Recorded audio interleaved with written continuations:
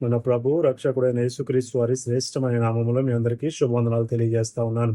మన రోజు అనుదిన వాక్య ధ్యానంలో భాగంగా ఎఫెసీయులకు రాసిన పత్రిక 2వ అధ్యాయం 1 వచనం ఒకసారి మనం జ్ఞాపకం చేసుకోగలిగినట్లయితే, మీ అపరాధముల చేతను పాపముల చేతను మీరు చచ్చిన వారై ఉండగా ఆయన మిమ్మల్ని క్రీస్తుతో కూడా బ్రతికించెను అని అపోస్తలుడైన పౌలు మాట్లాడుతూ ఉన్నాడు. ఇక్కడ ఎఫెసీ పట్టణంలో ఉన్న పరిశుద్ధులకు అలాగే విశ్వాసులకు, ఎఫెసీ పట్టణంలో ఉన్న వారు క్రీస్తు పట్ల మొదటి ప్రేమను వారు కోల్పోయినందుకు వారికి అడ్రస్ చేస్తూ అపోస్తలుడైన పౌలు వారికి ఇలా జ్ఞాపకం చేస్తా ఉన్నాడు, హెచ్చరిస్తా ఉన్నాడు.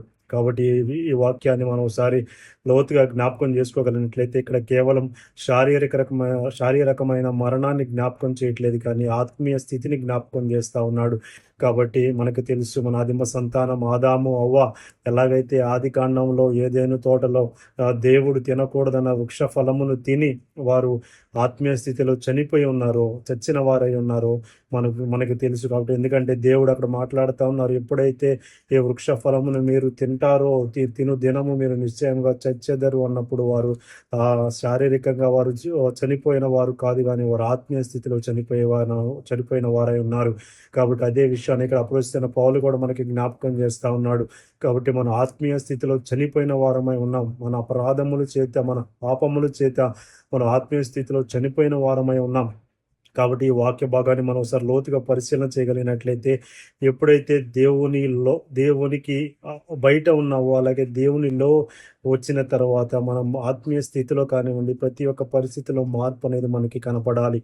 ఎందుకంటే ఎప్పుడైతే నీవు నమ్ముకోలేదో, దేవునిలో లేనప్పుడు నీ జీవితం ఎలా ఉంది, దేవునిలోకి వచ్చిన తర్వాత నీ జీవితం ఎలా ఉన్నది, ఇది ఒకసారి మనం కొలత వేసుకొని బేరీజు వేసుకోగలిగినట్లయితే మనకు క్లియర్గా ఒక గొప్ప ఫలితాలు మనకి కనపడాలి. ఖచ్చితంగా అవి కనపడకపోతే మనం నిజమైన క్రైస్తవులమే కాదు అని అనడంలో కూడా అతిశయోక్తి కాదు. కాబట్టి మనం ఆత్మీయ స్థితిలో మనం ఎప్పుడైతే మన దేవునిలోకి రాలేదు, అప్పుడు మన పరిస్థితి ఎలా ఉందంటే లోకానుసారం ఉన్నాం, లోక పోకడ అనుసరించి నడుచుకొని ఉన్నాం. అలాగే శరీరాశ, నేత్రాశ, జీవపు దమ్మం వాటిలో మన జీవితం మునిగిపోయి ఉన్నది. కాబట్టి అటువంటి స్థితిలోంచి దేవుడు మనల్ని తన సొంత రక్షకులకు, సొంత బిడ్డలకు అంగీకరించిన తర్వాత, దేవుడే నిజమైన రక్షకుడు అని నీవు తెలుసుకున్న తర్వాత, దేవునిలోకి వచ్చిన తర్వాత మనం ఎటువంటి గొప్ప ధన్యతను కలిగి ఉన్నామంటే, ఎందుకంటే కిందకు వచ్చిన తర్వాత అదే మాట మాట్లాడతాడు, కేవలం కృపచేతన దేవుడు కరుణా సంపన్నుడు కాబట్టి కరుణాసంపుడు కాబట్టి తన ఉచితమైన కృపను మనకు అనుగ్రహించి ఉన్నాడు. కేవలం కృప చేతనే మనం రక్షింపబడ్డాము అనే మాట మనకి కింద వచనాల్లో కనబడతా ఉంది. కాబట్టి మన ఆత్మీయ స్థితిలో మనం ఏ విధంగా ఉన్నాము, మన ఆత్మీయ ఎదుగుదల ఏ విధంగా ఉన్నదని మనకి ఎప్పటికప్పుడు మనం ఇప్పుడు మన ఆత్మీయ స్థితిని మనం పరిశీలించుకుంటూ ఉండాలి. కాబట్టి రోజు రోజుకు మన విశ్వాసం పెరుగుతుందా, విశ్వాసంలో సన్నగిల్లుతున్నామా అనేది కూడా మనం గుర్తుంచుకోవాలని మీకు జ్ఞాపకం చేస్తూ ఉన్నాను. ఎప్పుడైతే మనం దేవునిలోకి వచ్చామో ఆయనతో పాటు ఉండే గొప్ప భాగ్యం మనకు ఉంటుంది.